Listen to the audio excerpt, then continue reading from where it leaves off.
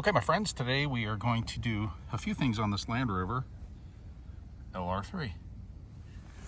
This is a 2005 model, and it's been giving me a little bit of a problem with a couple of lean codes on both banks. So we're doing a process of elimination here, but I'm also going to do a tune-up. So we're going to do three things today here on this video. First, we're going to replace the coil packs and the spark plugs. Now, I've already done the passenger side of the vehicle here in the US. We're going to move to the driver's side and we're going to document this so you can see what to do. But basically it's the same for both sides. Second thing we're going to do is a brand new throttle body. This throttle body here is known to be faulty in some way, shape, or form. They get dirty, they just don't perform well. And these are cheap enough actually for a brand new one that I just went ahead and did it. And the third thing we're going to do is the PCV valve, and that is located right here where that hole is. And I'll show you how we put that back on. It's a very, very simple process to do that. So without any further ado, let's get going on the spark plugs. Okay, for the spark plug job, you're going to need just a few basic tools. I use this little kind of a scraper here, or I might use a screwdriver, but the first thing you have to do is remove this panel right here. You can sometimes just do it right by your hand. There we go.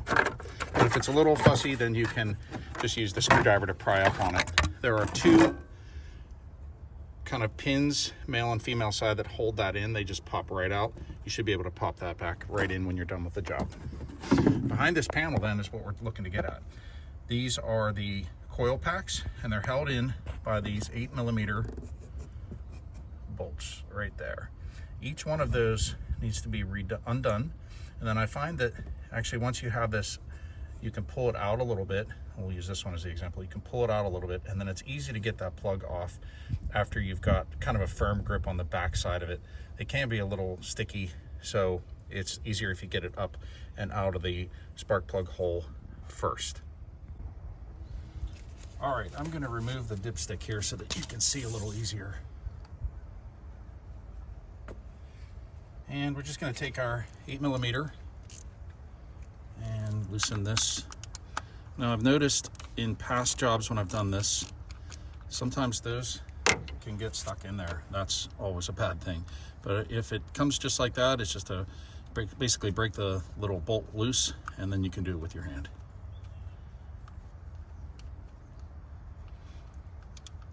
Okay, we're going to take that out and just put it aside. Save that, don't lose it. Next thing we're going to do is we're going to pull this coil pack out just a little bit. Again, this just allows me to get to the back side of it just enough so that I can pinch it and then get this thing unplugged. They are very sticky sometimes. And I'm glad this one is, so I can show you what I do. I take a pair of needle nose pliers and I basically just get on the back side of it and the front side. I'm not trying to crush it, I'm just trying to pinch that to give me enough leverage to then be able to pull it off. It's just a easy press down pin, but they can get real sticky.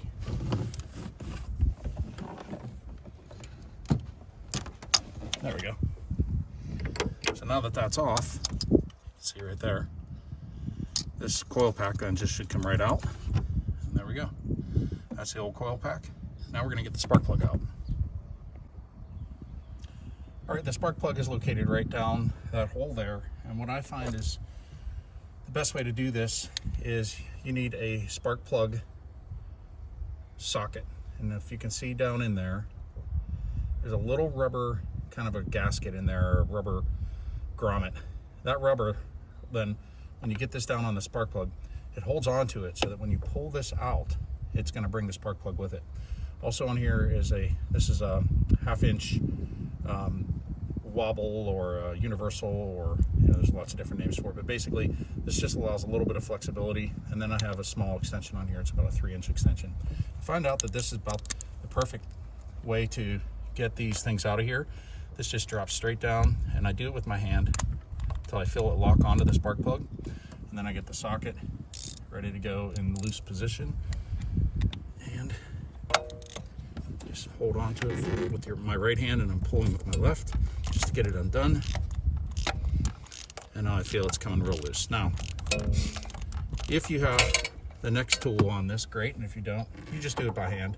It'll take a minute or so to get it out of there, but once I get it loose, I'm comfortable with using then my drill with a socket extension on the end and basically just get it to the point where it's out of there and pretty loose.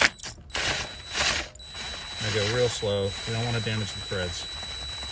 And then once it's to that point where it's loose, then what I do is just gently pull this straight out, and if with any luck, boom, there's our spark plug. So when I look at this plug, it actually looks pretty good. This is a, let's say, a fairly normal burn for the spark plug. I do see a little bit of white on there. Anyway, this vehicle has about 90,000 miles on it. It's time for a tune-up anyway. Okay, now we're going to put the new spark plug in. Here's that new plug, all shiny. And these supposedly come from the factory pre-gapped. It's not a bad idea to check that though. I'm being trusting here and understanding that I may be taking a chance, but it says it was pre-gapped from the factory, so I'm going to just leave it go. First thing I like to do though is I put just a little bit, you can do engine oil, but I put a little bit of anti-seize on here, just a tiny little bit. You just want to get it on the threads, not on the part that the spark comes from. So basically just a little bit on the threads, and that just really ensures to me that it goes in nice and smooth.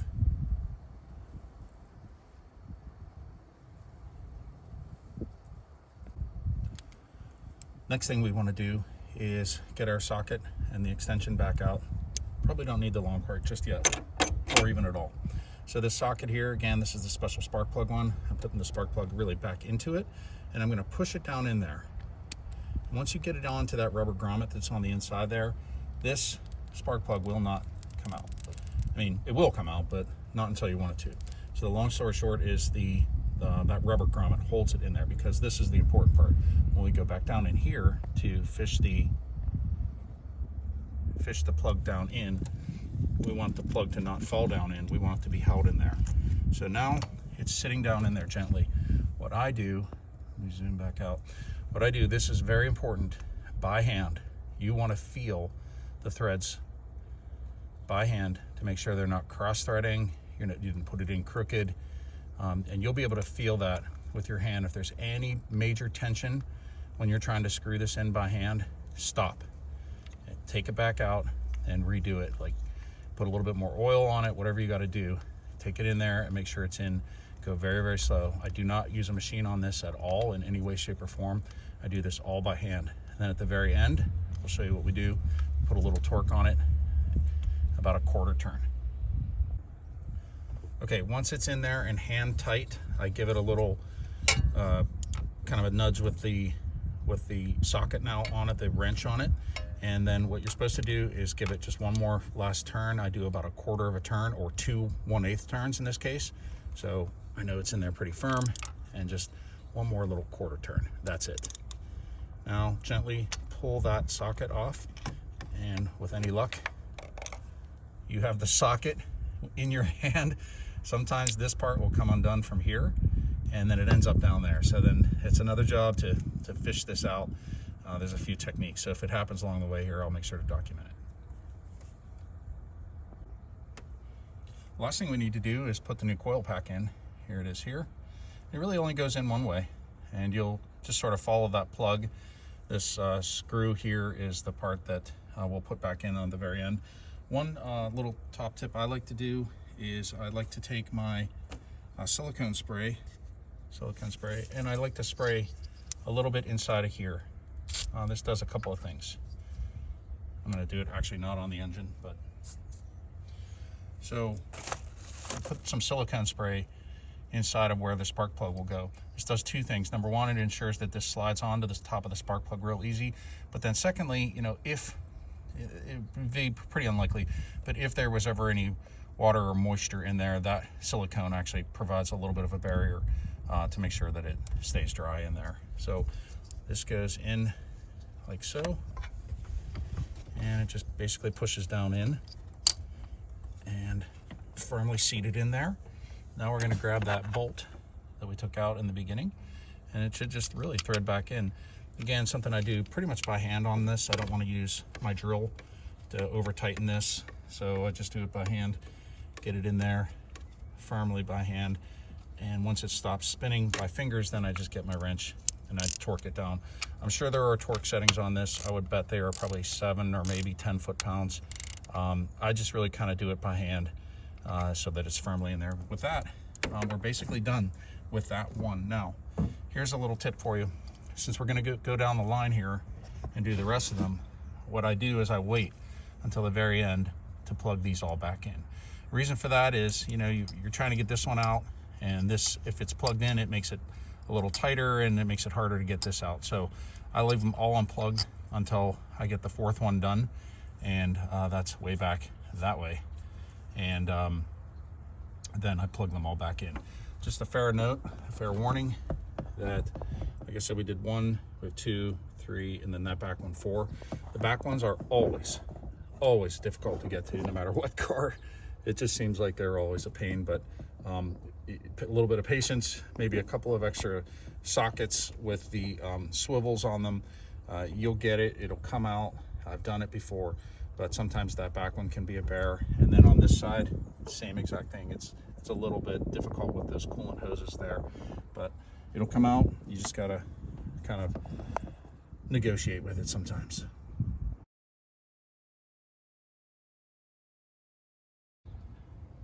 I'm onto the third one from the back here, and this heat shield right here is a little in the way, but it is pretty pliable and you can bend it back. It's helpful if you have a second person who can maybe just gently hold that back with maybe a screwdriver or something to like kind of wedge it back for you. But once you do get a little, even a ½ inch of room back like that, this thing will come out, and you can start the process of removing the spark plug on the third one. Okay, we're on to that fourth one, and I gotta tell you, it's very difficult to get to. So yeah, I don't know if I can really point to it here, but we'll give it a try. But the this tab right back here where I'm pointing with a screwdriver, that needs to be pushed down, and then the whole plug goes backwards. And sorry, I'm trying to operate the camera and point, but basically that plug right there, and then the whole thing, just like the other ones. But it's really a difficult job to do. So I remembered I have these handy tools. I don't know if it's going to work or not, but it seems like it makes sense to me. But basically it is a right angle needle nose plier. So I'm going to go on the back of it, I'm going to pinch that, and then I'm going to use a screwdriver to push that, gently push that plug towards the back of the vehicle, and hopefully it works. Sorry I couldn't film it, but that little technique actually did work. So hopefully, you know, a simple screwdriver, flat blade, decent length, and then these right angle needle nose pliers. It's exactly what I did. I was able to get back there, pinch it, and then put a little pressure this way as I held it towards the back, and then the screwdriver just gently was able to pry it off. Now, the real fun part will be, how do we get this out of here? Yeah, we got a lot of stuff to finagle here, so I don't know. I'm gonna have to probably bend this this heat shield. Maybe I might bend it forward to get this out of here. So I'll tell you what I do here in a second. All right, that's exactly what I had to do. I had to bend the heat shield forward, and then you kind of spin this thing around a little bit, and then it was able to come out of there.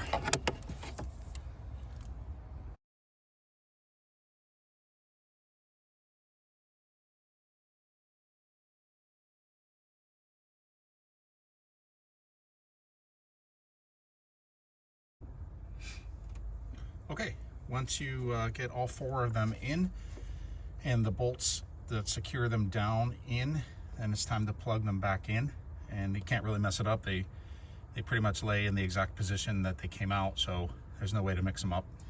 The real key is that, you know, you just want to get this on here, and you want to push it on. I usually use the 2 fingers like this to push it on if I can, and then if you can get to it, you want to pinch them together. And what you're listening for is a little click, and hopefully you can hear this. There we go. Hopefully that made it on the camera, but there's a little click. You'll know it's in there. You know, if you want to give it a little, you know, backwards motion here, just to confirm. But once you hear that click, you usually are good to go. All right, that's it for the spark plugs and coil packs.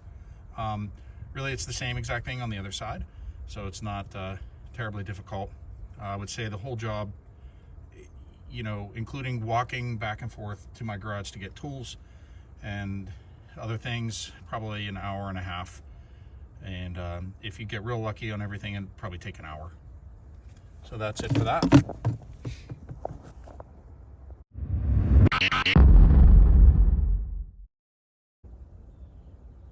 Okay, part 2 of this video is we're going to work on this PCV valve. This is a brand new valve. They can tend to go wrong. Again, they're cheap enough that I just bought a new one. I'm trying to chase down a couple of lean codes on this vehicle. It might actually end up being this mass airflow sensor. I've tried a couple in here. I've got different readings when I put different ones in. So it could be this mass airflow sensor. Like I said, I'm doing a tune-up anyway. This would be part of the normal process for me to new plugs, new coil packs, the new PCV valve. These are all pretty cheap things. Really, what I'm hoping is once we do the throttle body, that hopefully will clear some codes up. I don't know. I hate just throwing, you know, money and parts at these things, but I've done a smoke test 3 or 4 times on this vehicle. I've really eliminated every single leak that there could be.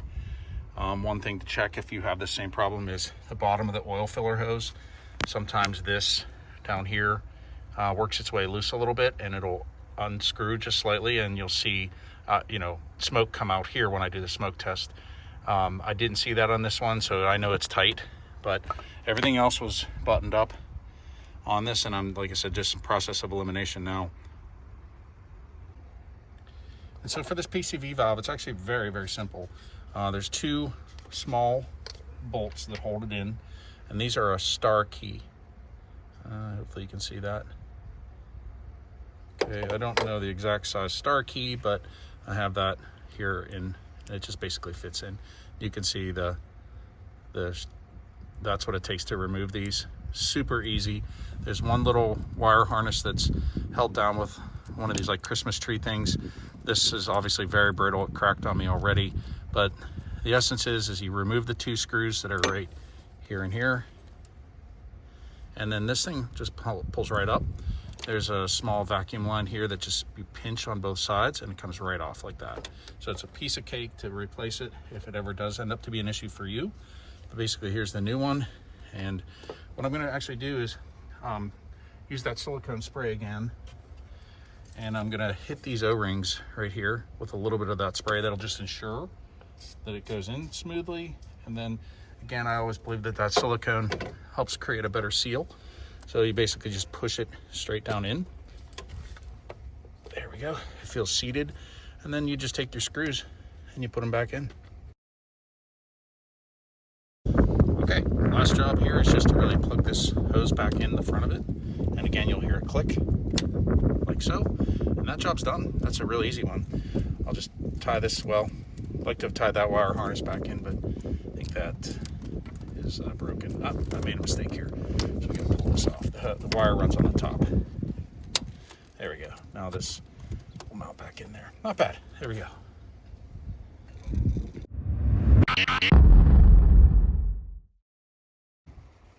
All right, part 3 is the throttle body. That's the last part of this that we're going to do. Again, I have the new one right here, and it's actually really, really simple. There's one electrical plug here, and basically where my thumb is, you just pinch that and got to work it loose. I may have to get my screwdriver out, but there we go. Comes right off like that. Just push that aside. Now there are 2 coolant lines right here, and there's another one under there. So I find that when you remove these 4 bolts, 1, 2, 3 back there and 4 down there, the coolant lines are a little easier to get to. You will have very little bit of coolant coming out, so be mindful of that. Put a catch pan underneath. Don't let that go into your grass or, you know, where an animal can get to it. It's poison. It'll hurt animals. It'll hurt people. So be conscious of that. Put a pan under it like I have, and a little bit will seep out, not a lot. So if you have your new throttle body ready, right here and here, You can really quickly plug these back in if you have it handy, and then you'll lose just a little bit of coolant and not much. But the system will probably have to be bled anyway. It's a good idea to do that anytime you lose coolant. You don't want air circulating in your cooling system. Okay, these are 8mm bolts. There's 4 of them. We're going to remove those right now.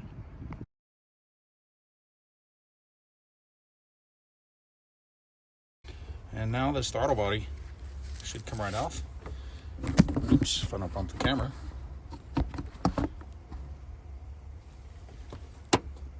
There we go.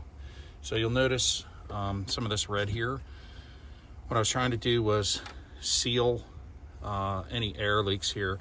This is just a little bit of a very light gasket maker, and I think it did the job. There was no smoke coming out of my smoke test. So, but you can see on the inside of this throttle body, it is pretty dirty, and we're gonna reuse this gasket here. I'm gonna pop this off. Don't bend it too much. There we go, there's the gasket. Just gonna put that aside for now, and then we're gonna now remove those coolant lines at the bottom. And really all you need for that is just a pair of needle nose pliers. And we're going to pinch the lines off the bottom of this, if we can get to it. Be right there, right here and here. And then we have the new one right here. We'll try to get that hooked up as quick as we can so we lose only a little bit of coolant.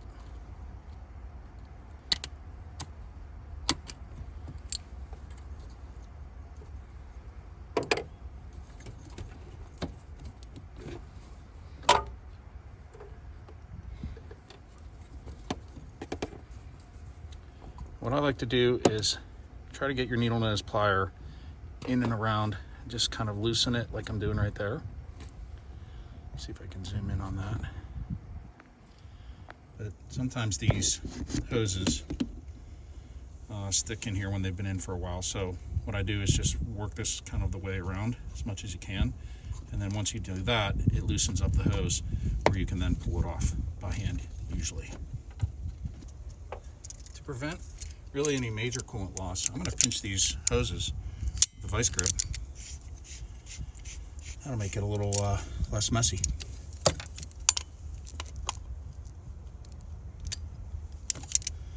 Not too tight, but just tight enough that it'll either stop or reduce that flow. And I would suggest, like I have on right now, are some safety glasses just in case some coolant does come back at you.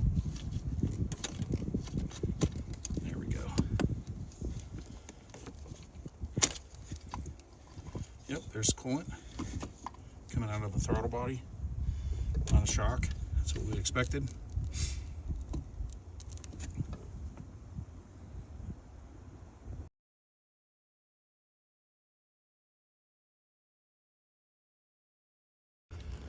Just giving it a little twist again so that we can break that seal. There we go, I think it's moving now. Yep, that'll help us remove it.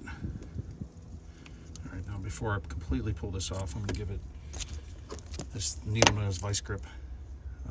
That'll clamp this hose so we prevent any more coolant from coming out. There we go. All right, success. Here's the old throttle body. You know, not terrible, but pretty decently dirty on this side. It does seem to impact these vehicles, so hopefully I've solved the problem with this new throttle body. We'll see.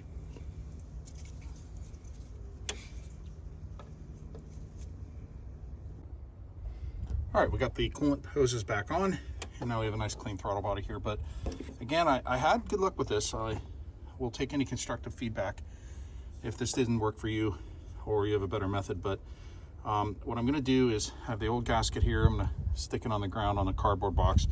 I'm gonna give it a spray with this sealant, this spray a gasket. That's the red stuff that you actually see there, because I did it before.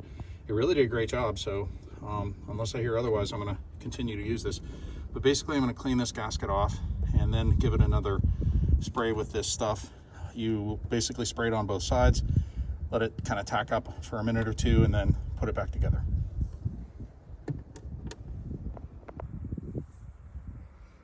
All right, we got the gasket sprayed with the spray a gasket, and one little tip and trick to get this to stay is you take one of the bolts that you took out. What I like to do is put this down here on the throttle body, and then basically I run the bolt through until it comes out, and then you fish the gasket on it. And if you do that, sometimes they need kind of a spin on there to get threaded through, which is not a bad thing. And I do that on 2 of them. That just holds then the gasket in place. You don't have to worry about it, you know, being off kilter, or, you know, that you messed it up. Okay, now process to put this back on is pretty simple. Just get it lined back up with the bolts and get them started by hand again.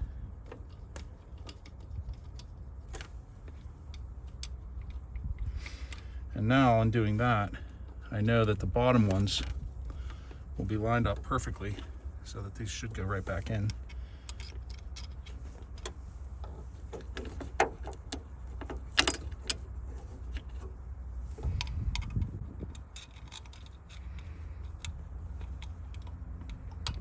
Yep, there we go.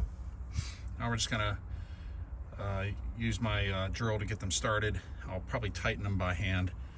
You don't want to over torque these because this housing is aluminum and pretty easily can strip out.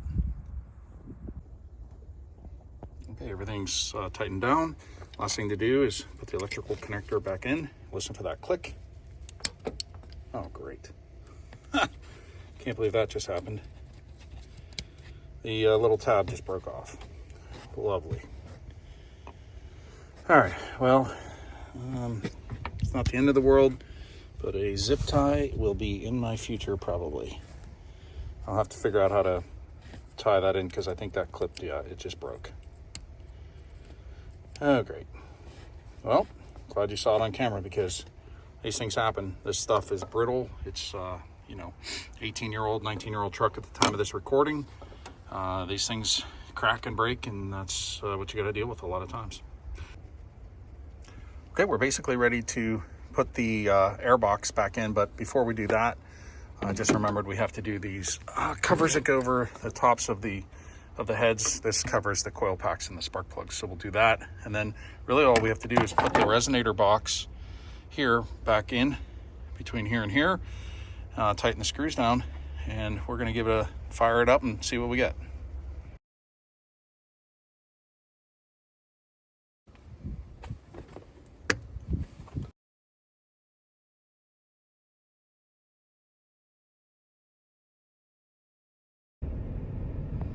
Okay, just fired it up. First thing I did was I cleared the codes. There were lean codes in it and even some rich codes. I'm just, again, before I spend money on a mass airflow sensor, I wanted to rule those things out. So I'm gonna go for a test drive. This typically throws the code on the test drive, which could mean a lot of things. It could mean the catalytic converters are gone. So again, process of elimination, we're gonna figure it out, but hopefully if you need to do those other things that we showed you previously, one of those 3 things, or all 3 of those things, you know how to do it. It's actually a pretty easy job. Hey, good news. I took it out for a test drive and actually no codes. So pretty happy with whatever one of the 3 things that I did actually resolved the issue. And it seems to be running great. The new spark plugs, coil packs, and the throttle body, it runs way smoother. It's definitely made a big difference on that tune-up side of things, but this is I guess a success for today, which is great. So I'm gonna get this thing inspected here in the state of Pennsylvania, and then we will get it on to the next buyer.